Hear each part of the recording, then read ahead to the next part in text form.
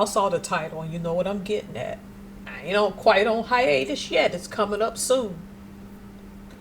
I don't watch 50 Cent's series on the Power Book. I haven't seen it. It's just not my thing. To each his own. I understand that's his background, but I think for us as a people, there's a little more to that. I admire his business savvy. But the article's about to pop up. Let's talk about what one of the actors on the show has done. I'm the type of person, when you give money, I think that it can be tacky depending on how you look at it. But our community has made talking about money tacky for me, one particular reason, which I think will divide my viewers, particularly Mr. Burns. I think the average black household for many decades past emancipation and Jim Crow carried a lot of shame.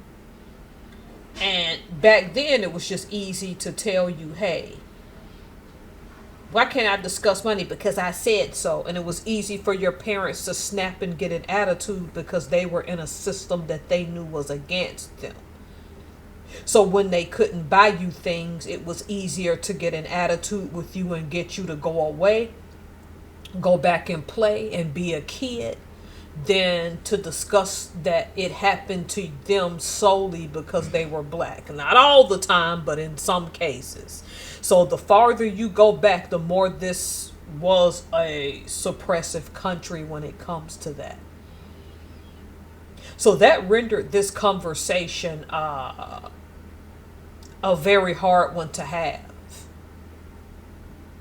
But I think I've had some lengthy conversations with Mr. Burns particularly. If y'all don't know who Mr. Burns is, he is the Solomon Project, the channel I watch about stocks and things like that, and he's a trucker.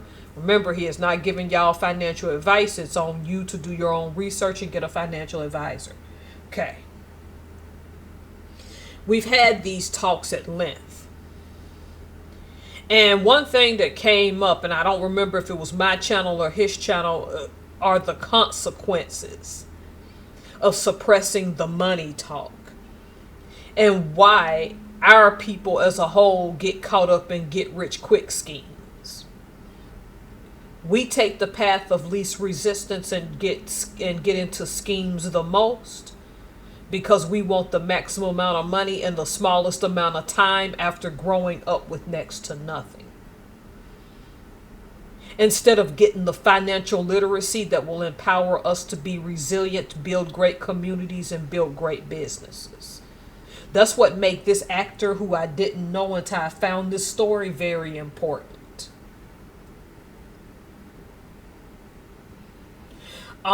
Here's the thing. He gave to several schools because though he's from, I think, Louisville, Kentucky, he lives, I think, near, he shoots the show is shot near the boroughs. I don't know what the boroughs are if you're a New Yorker, and I got plenty of New Yorker and New Jersey subs. Please break down the boroughs because I have no clue what that means. I hear that term all the time. I was a little country girl that went straight out west. I've never been to New York, so I could not tell you what the boroughs are. He was aware that some financial literacy lacked and gave money to several high schools. I would argue that financial literacy should start in middle school if you're going to do it. And if the schools aren't going to do it when that child hits 6th grade, that's when the parent needs to start having that conversation. My opinion, some people won't think so that you get an ideal of money, because this is at the time that you learn to clean your room on your own, which a lot of us really had to learn that in elementary school, but I think definitely once you're in middle school, you're held accountable. You're learning to wash dishes, you're learning how to help cook around the house. That's if parents are still instilling those values. Okay. What this donation did in agreement was also worked in tandem with the credit bureau Experian. As I've told y'all, because I let it slip in a video, last year, January and February, I was conned out of my savings in both. Well, February was worse, and they recovered my savings that second time around. I don't remember if it's the first time around, if they did. I got conned 2 times in a month, so my information was out in places it has no business. And the second person who conned me physically used my bank's phone number, and I kept forgetting that the bank itself said they'll never call you, they'll have you call them, and pretended to be a bank employee and cleaned out my savings. And I think the only reason they got it and recovered it back was because he fraudulently somehow linked the bank's phone number and pretended to be them. What's the moral of the story now? All 3, I think it's Experian, TransUnion, and I forget the third one. It'll probably come up to me. Yeah, Equifax. All 3 of those credit reports are now locked. And I keep them locked unless I need to apply something and unlock them temporarily. They are locked.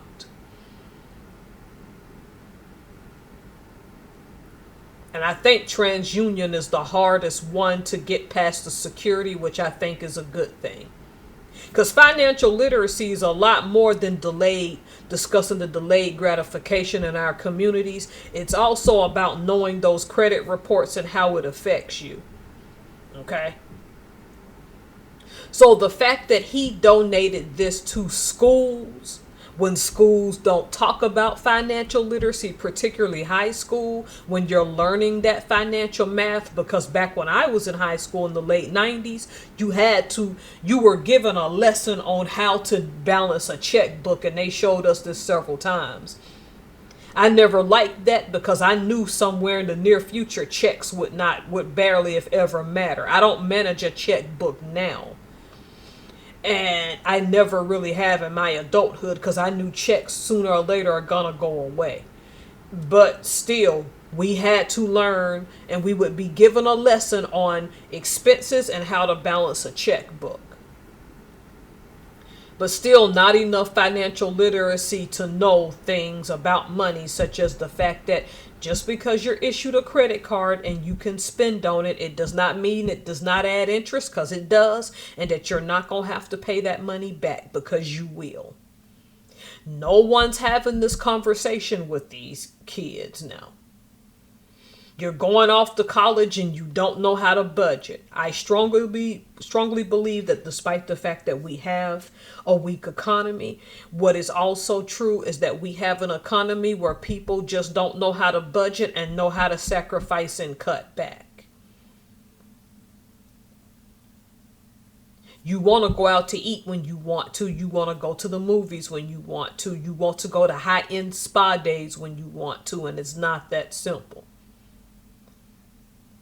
I just feel that what this actor has done is a beautiful thing and a step in the right direction. We foundational Black Americans, we are a part of America. It's high time we learn how finances work, learn how the game works, and start playing it.